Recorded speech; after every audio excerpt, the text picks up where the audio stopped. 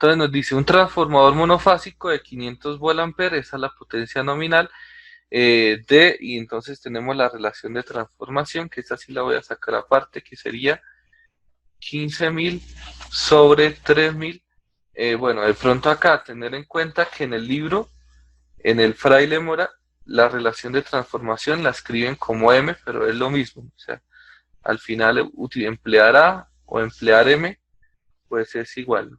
Se sigo empleando eh, A porque fue como lo vimos en un principio, pero decir que es el equivalente. Nos da los resultados de un ensayo en vacío y entonces nos hablan de lo mismo, que realizaron las pruebas de vacío y las pruebas de cortocircuito. Entonces, de las pruebas de vacío que conocemos, entonces sabemos que se hicieron en alta tensión. Entonces, las pruebas de vacío se hicieron en alta tensión. Sabemos que el voltaje eh, fue de 15.000 voltios. Sabemos que la corriente fue de 1,67 amperios.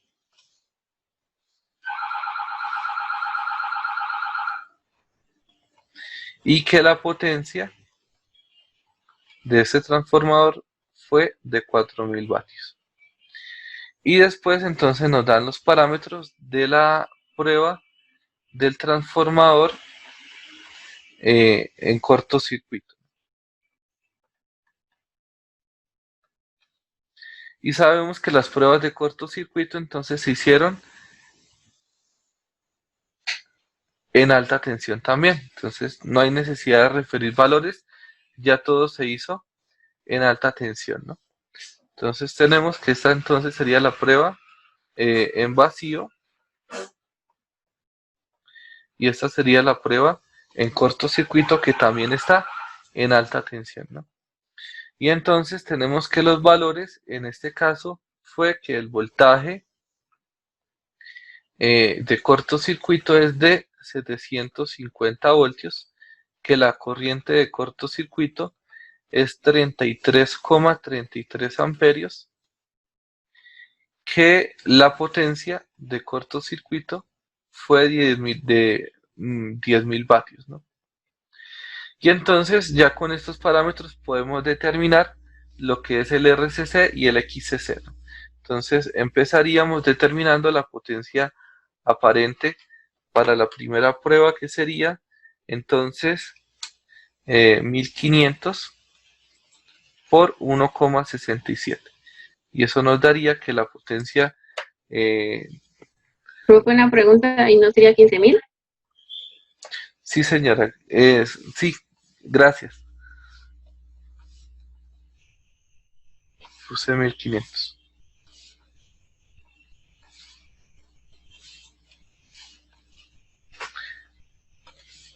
Gracias, compañera. 15.000. Y entonces sería 15.000 por 1,67. Eso me da 25.050. Y la potencia reactiva entonces sería la raíz cuadrada de 25.050 al cuadrado menos 4.000 al cuadrado. Y eso me da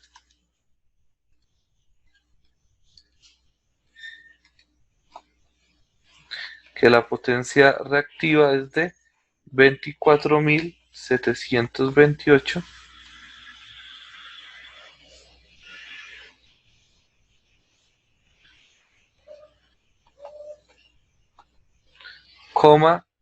58 volamperes reactivos. Y ya con esos parámetros podemos calcular RCC, donde RCC entonces va a ser el voltaje al cuadrado, es decir, 15.000 al cuadrado dividido en 4.000, y XCC entonces sería, no, RCC y XCC no, estamos en circuito abierto, ¿no? Entonces tendríamos que la resistencia en el hierro y la reactancia de magnetización. Entonces la resistencia en el hierro 15.000 al cuadrado sobre la potencia activa 4.000, y la reactancia de magnetización entonces sería 15.000 al cuadrado dividido en la potencia reactiva, que serían 24.728,58. Y eso nos da,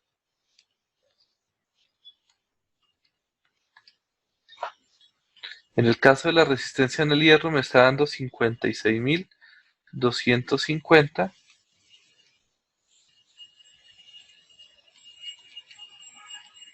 Y en el caso de la reactancia de magnetización me está dando 9.098,784 ohmios. Si le queremos poner el J, recordemos que acá se calcula magnitud. Y bueno, faltaría entonces simplemente resolver la prueba de cortocircuito, ¿no? Entonces, al igual que en el caso anterior, calculamos la potencia aparente, que sería 750 por 33,33, y eso nos daría que la potencia aparente es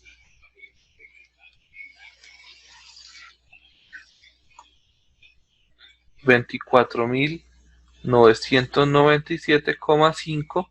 Calculamos la potencia reactiva,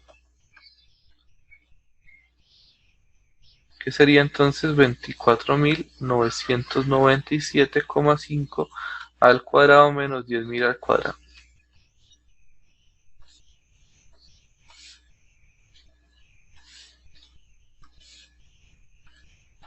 Y eso nos daría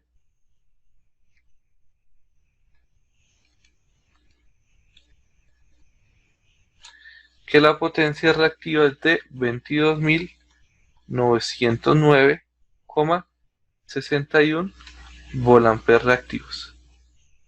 Sería volamper.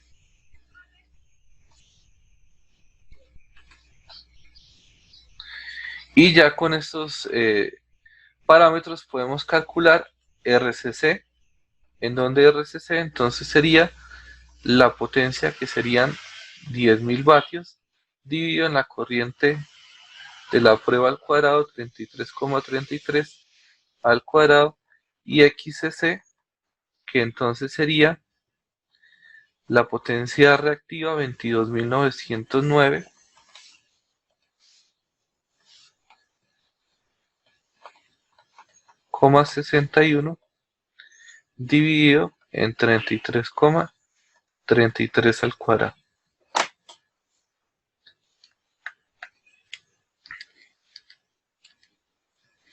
Eso nos da que la resistencia de cortocircuito es 9 aproximadamente, me está dando 9.002.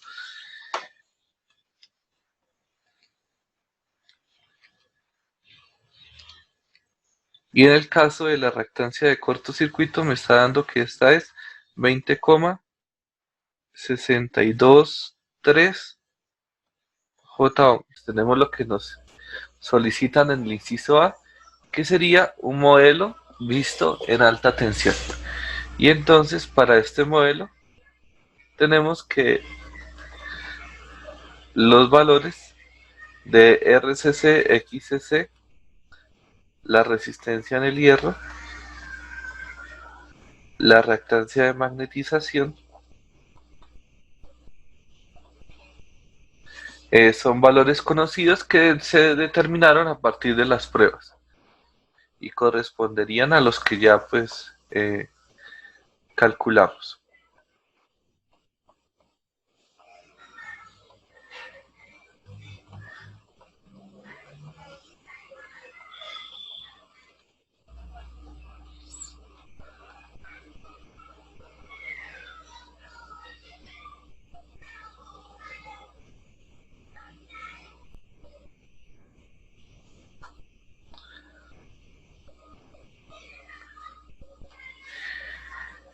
En el inciso B nos dicen calcular las caídas relativas de tensión, y pues nos dicen que la caída relativa de tensión en la resistencia, en la reactancia y en la impedancia de cortocircuito. A grandes rasgos, ¿qué son las caídas relativas de tensión? Entonces resulta que en este circuito, en el transformador,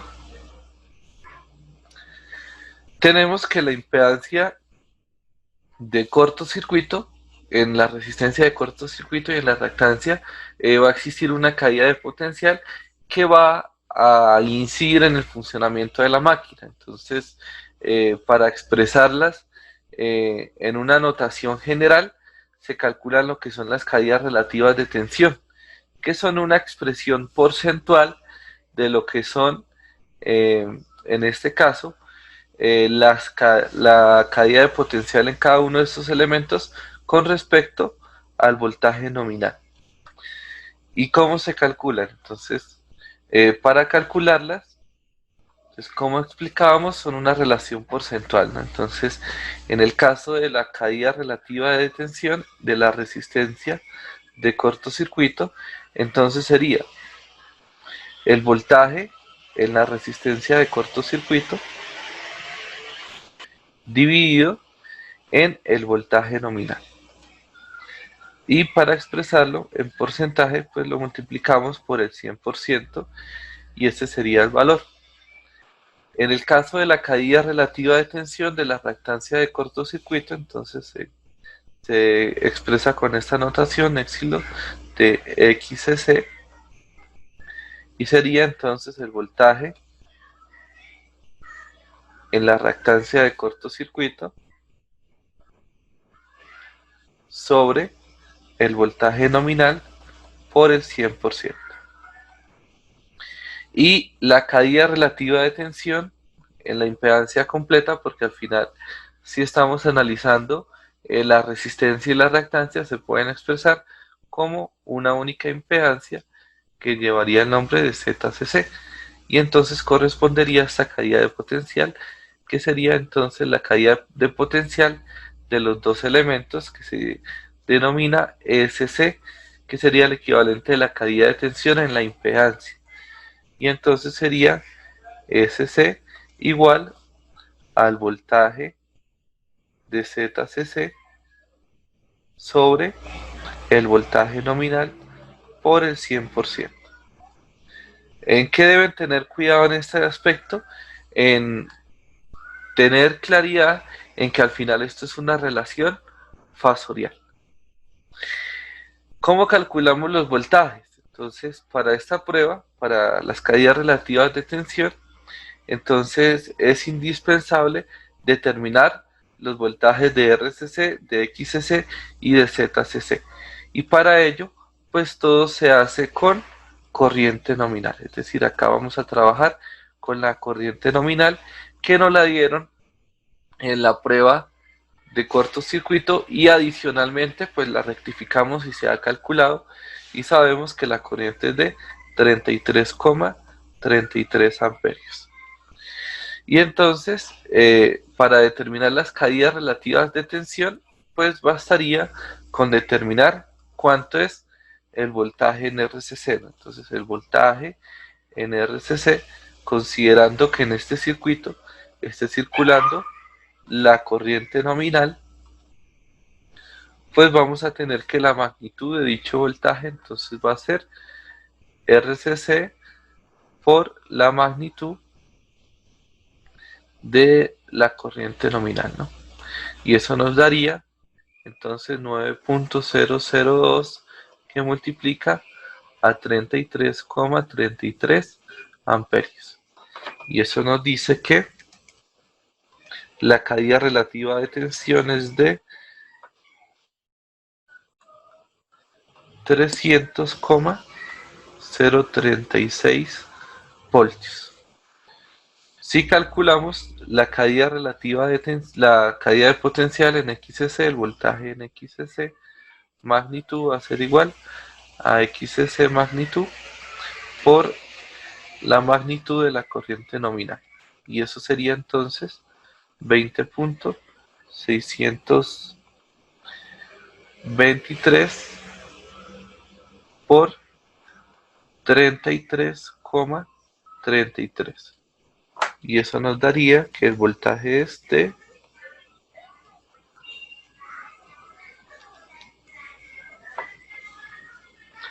687,364 voltios.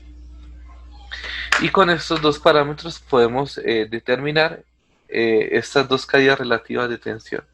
Para la caída relativa de tensión de RCC, entonces sería 300,036 dividido en el voltaje nominal, que serían 15.000 voltios por el 100%.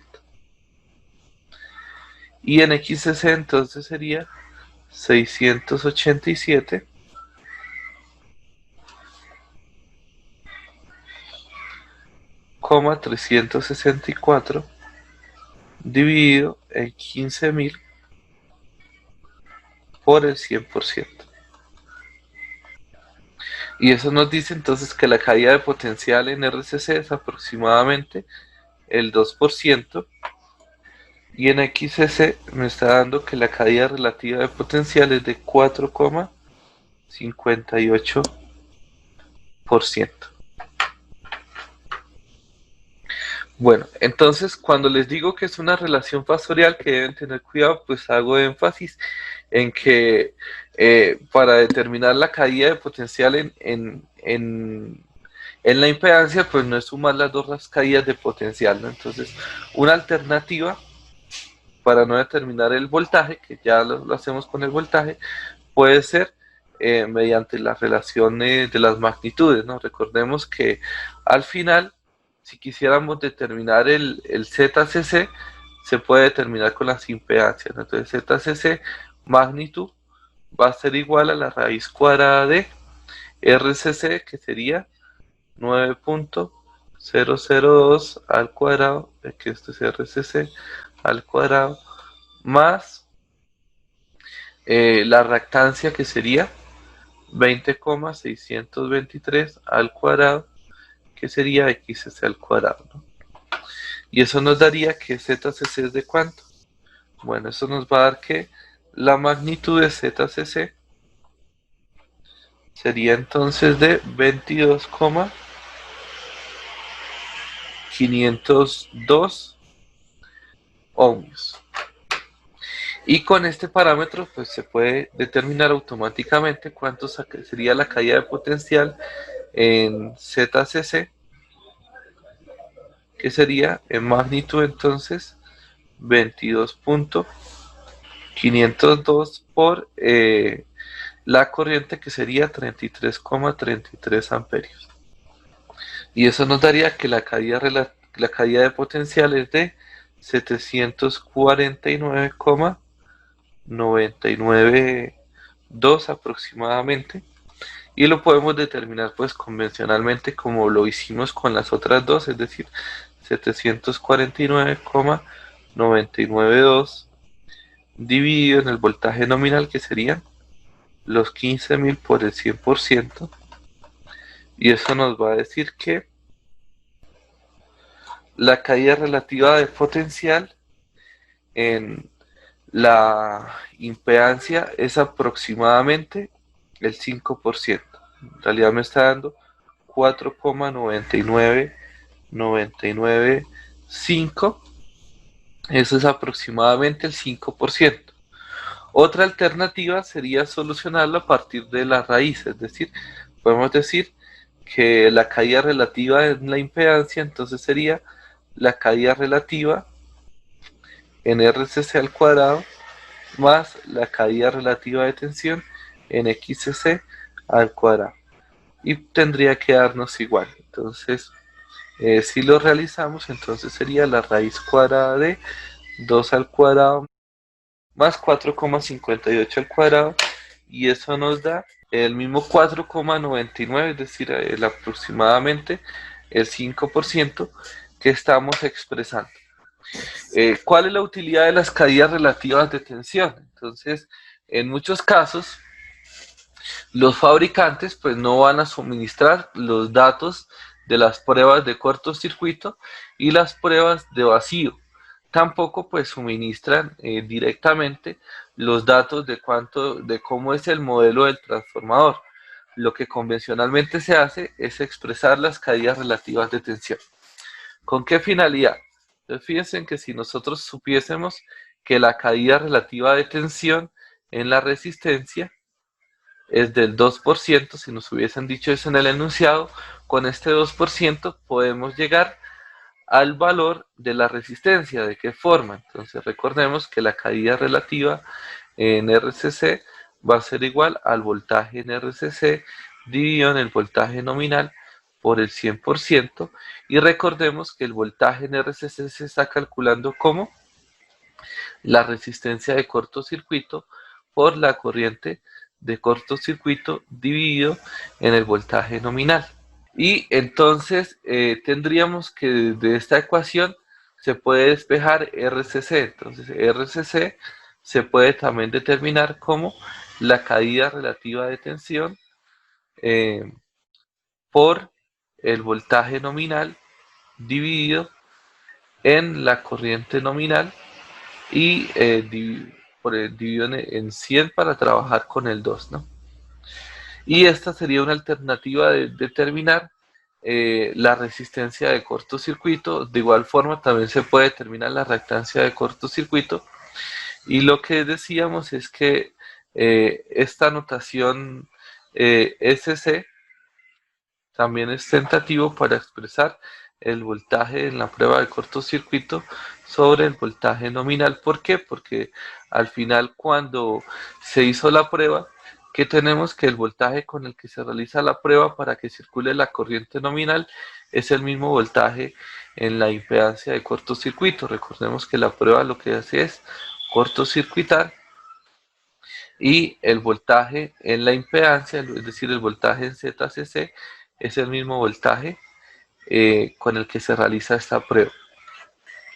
Entonces, en muchos casos vamos a tener o se va a tener que los parámetros no son suministrados directamente, las pruebas no los indican, pero el fabricante sí nos entrega las caídas relativas de tensión. Y con las caídas relativas de tensión se pueden determinar las magnitudes de dichos parámetros. ¿Por qué? Porque el voltaje nominal también nos lo da el fabricante y la corriente nominal también es un parámetro conocido. Bueno, con esto daríamos cumplimiento al inciso B. Vamos a mirar el inciso C.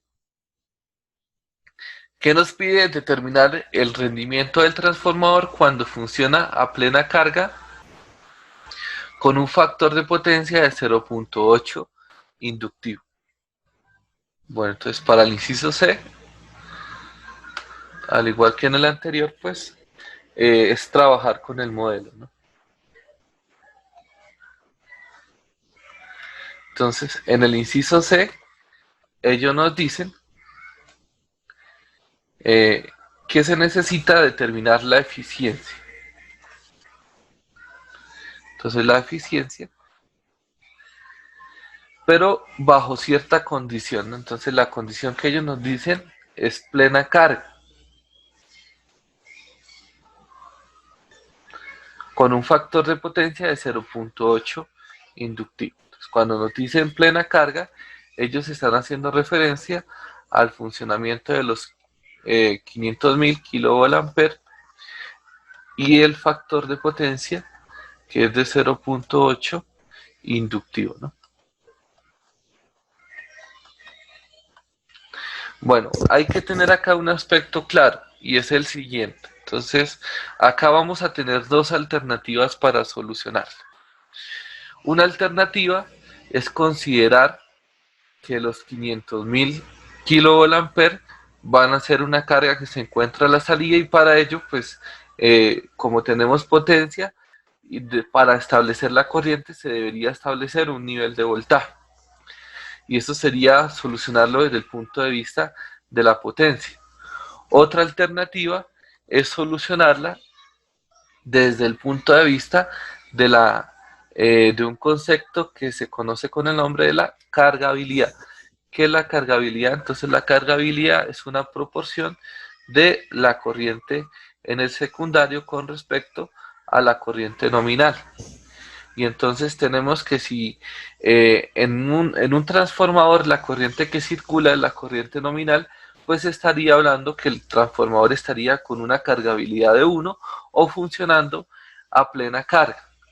Entonces nosotros sabemos que la corriente nominal para este caso serían 33,33. Es decir, que si hacemos que la corriente prima, porque también se puede expresar como una proporción, eh, sea esa magnitud, entonces diríamos que el transformador funciona con una cargabilidad de 1 y está operando a plena carga.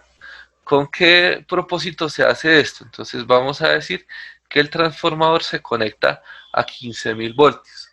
Si el transformador se conecta a 15.000 voltios, lo que se está garantizando para los otros análisis que vamos a hacer después en este ejercicio es que como el voltaje en la resistencia de el hierro es constante, entonces las pérdidas en el hierro van a ser constantes y las únicas pérdidas que van a cambiar serían las pérdidas en la resistencia de cortocircuito, producto a que este es el único parámetro que va a cambiar en términos de la corriente. Entonces vamos a plantearlo de esta forma, es decir, decimos que acá se conecta una carga y que la carga entonces demanda la corriente nominal.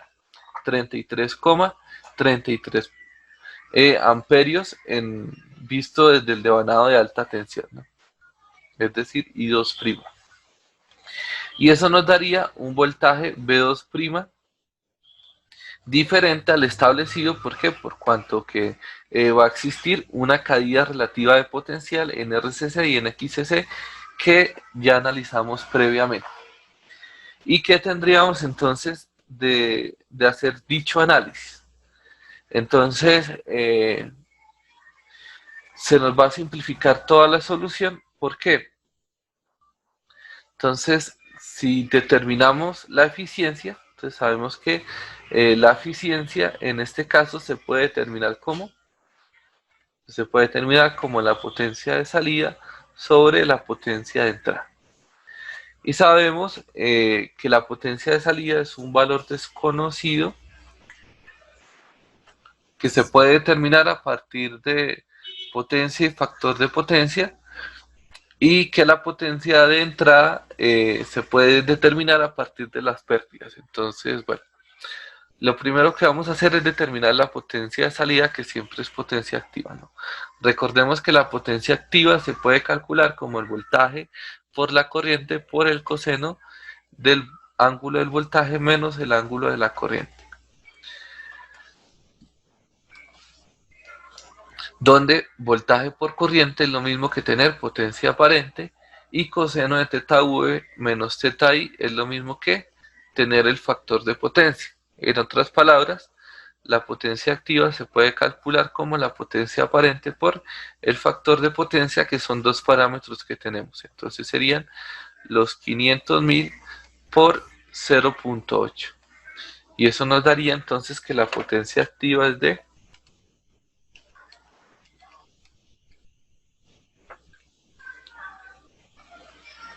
400.000 vatios. Y dicha potencia es la que está obteniendo la carga, es decir, que estamos hablando que esta es la potencia de salida del transformador. Para determinar la potencia de entrada, entonces se debería hacer un balance energético. Tenemos que al final la sumatoria de la energía o de la potencia pues va a ser igual a 0. Y eso es igual a 0, ¿por qué? Porque al final la potencia que entra va a ser igual entonces a la potencia de salida más todas las pérdidas asociadas en este sistema, es decir, más las pérdidas en la resistencia de cortocircuito, que voy a ponerle RCC, pero en la anotación del libro simplemente las deja como PSC, y las pérdidas en el hierro, que nosotros pues les poníamos PFE, pero en el texto también se utiliza la notación de P sub 0. Y entonces si sumamos la potencia de salida con las pérdidas, obtendríamos automáticamente la potencia de entrada, en donde entonces la potencia de entrada va a ser igual a la potencia de salida, que serían 400.000 más las pérdidas en RCC. Y entonces si quisiéramos calcular las pérdidas en RCC serían 33,33 al cuadrado por RCC por 9.002, y eso nos va a dar, que ya lo conocemos con anterioridad de las pruebas de cortocircuito, que la pérdida en condiciones nominales en la resistencia de cortocircuito son de 10.000 vatios. Lo que por la aproximación de los decimales acá les va a dar 9.999 algo, pero bueno, ahí el valor sería entonces los 10.000. Y en el hierro, pues sabemos también que cuando el hierro se conecta a 15.000 voltios, la prueba de vacío, entonces las pérdidas o la potencia activa que disipa serían de 4.000 vatios. Y si las quieren determinar en la prueba, pues, o en el ejercicio, entonces se pueden determinar como 15.000 al cuadrado sobre 56.250, y eso les va a dar los 4.000 vatios.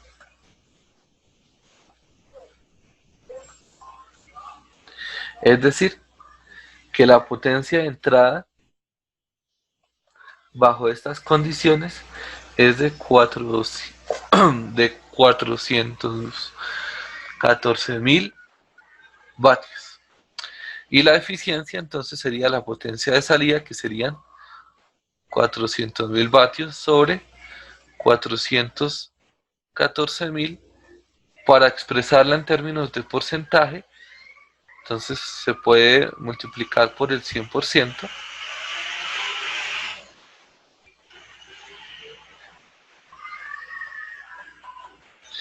Y eso nos diría que la eficiencia del transformador bajo estas condiciones es de el 96,618.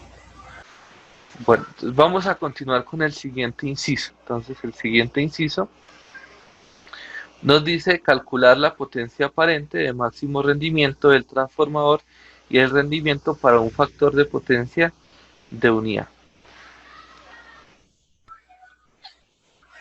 Entonces, bueno, para ello, entonces, es otra aplicación más. Vamos a continuar trabajando con el modelo.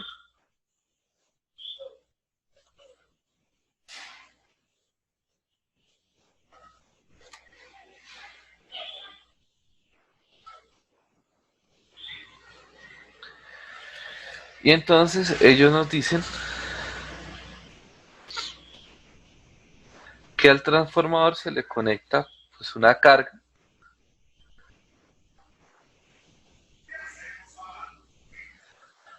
y la idea pues sería entonces determinar cuánto es la potencia de máximo rendimiento,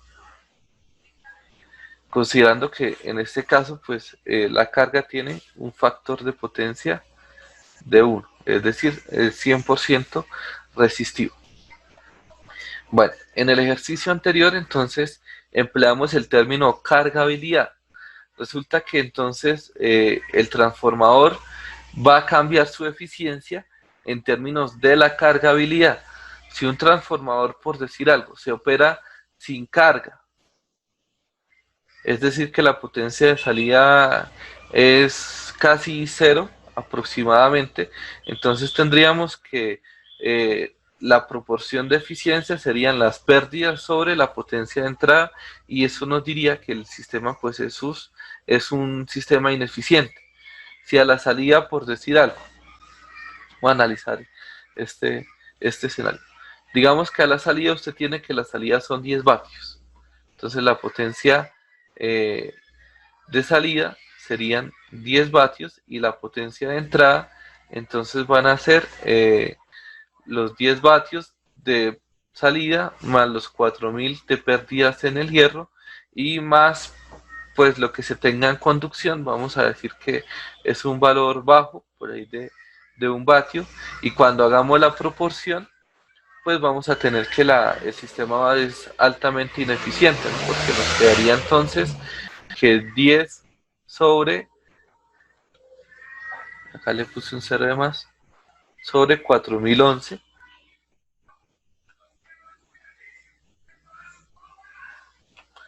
por el 100%, y eso nos va a dar un sistema altamente ineficiente, ¿no?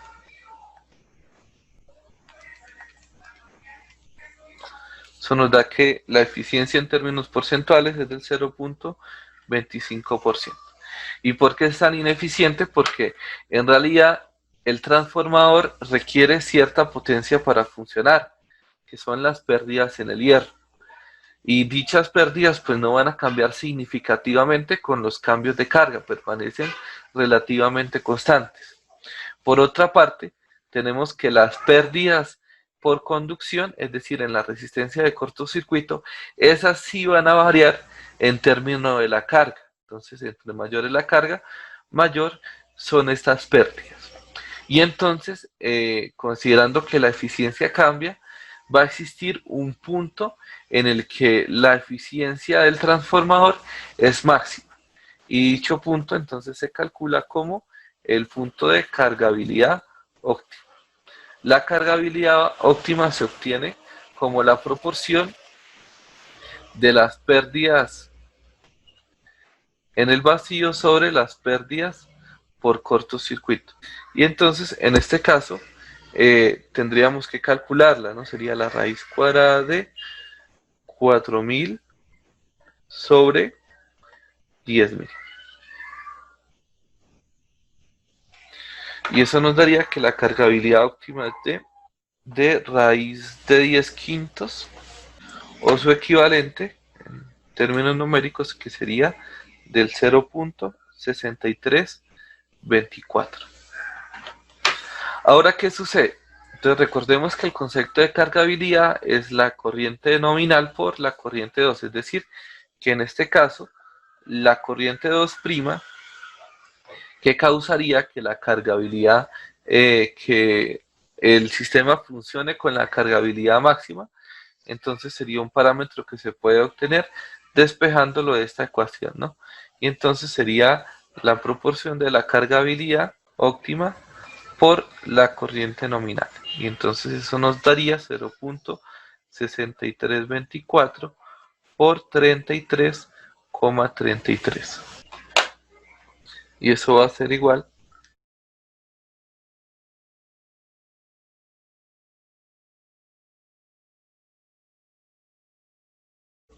a amperios.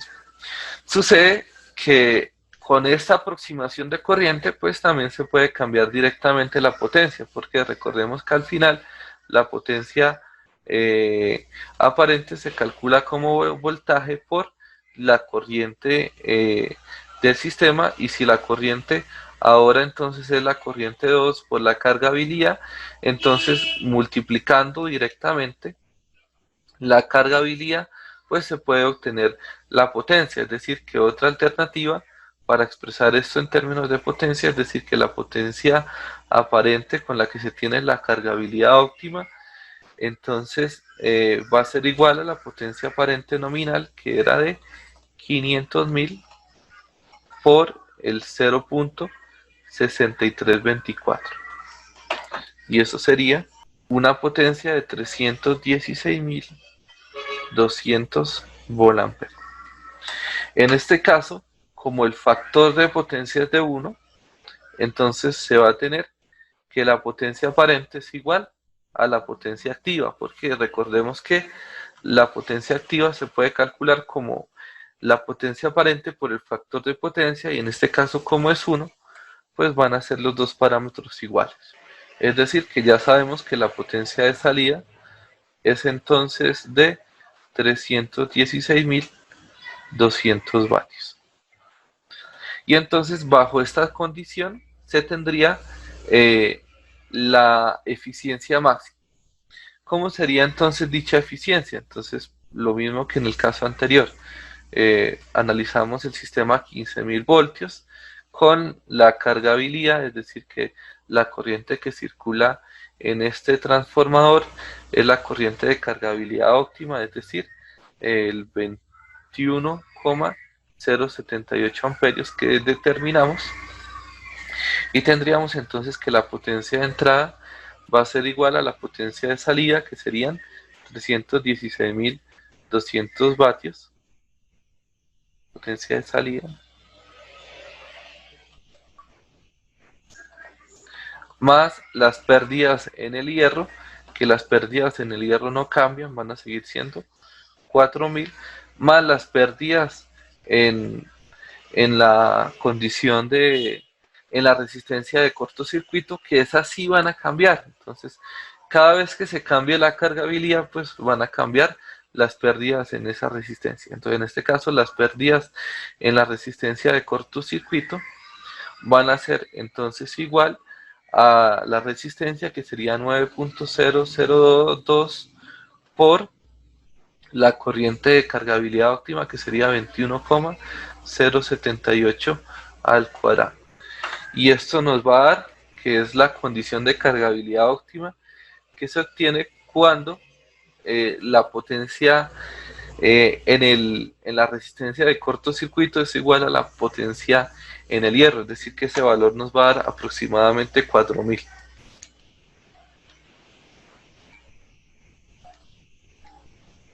Entonces, listo, efectivamente da 3999,43 vatios.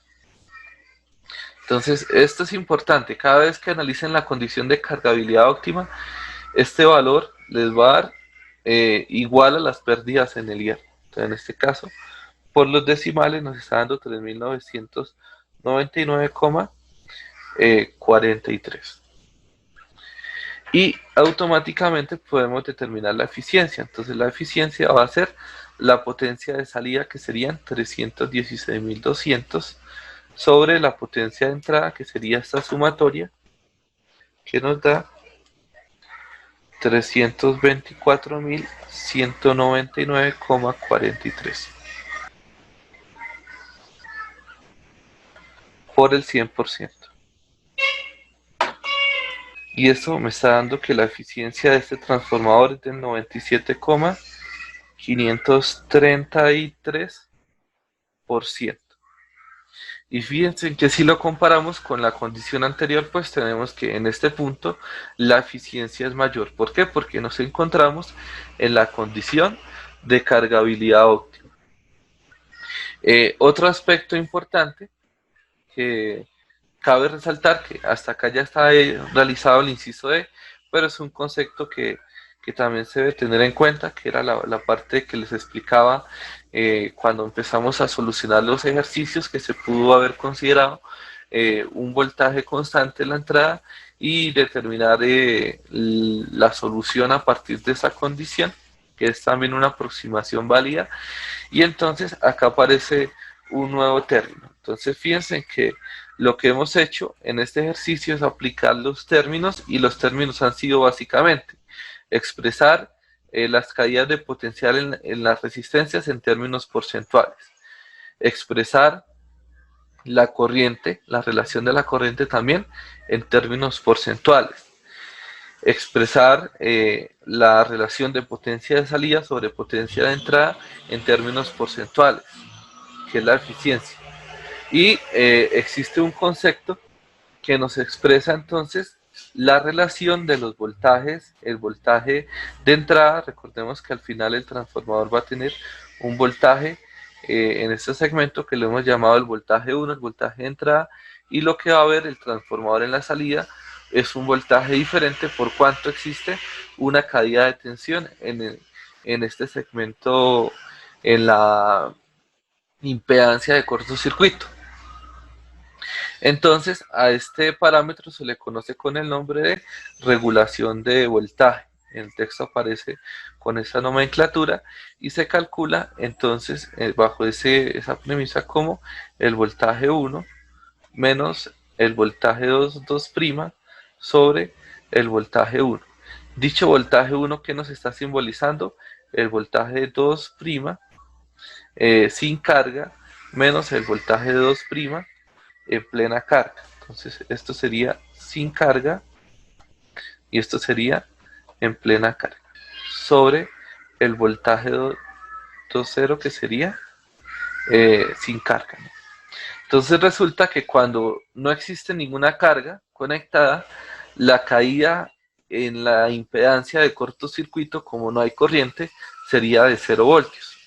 Y entonces el voltaje que vamos a tener en la salida es aproximadamente el voltaje de entrada, pues con la relación de transformación.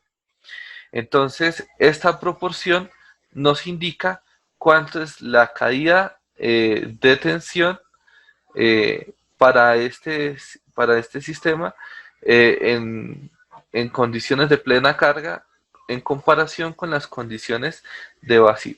También se puede determinar o calcular el mismo término en, en valores porcentuales, que sería multiplicándolo por el 100%.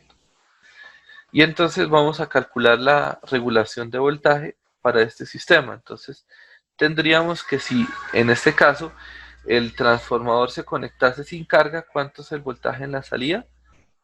Entonces serían los 15.000 voltios, ¿no? El voltaje 2', no es que sean 15.000 voltios, en realidad si quisiéramos decir cuánto es el voltaje en la salida, sería dicho valor referido, es decir, 3.000 voltios, ¿no? Menos, que es la condición que no hemos determinado. Con esta condición, como está funcionando el transformador, ¿cuánto es la potencia, cuánto es el voltaje que se obtiene? Entonces, dicho valor tendríamos que solucionarlo por un LVK, ¿no? Entonces quedaría que el voltaje 1 va a ser igual a la corriente 2'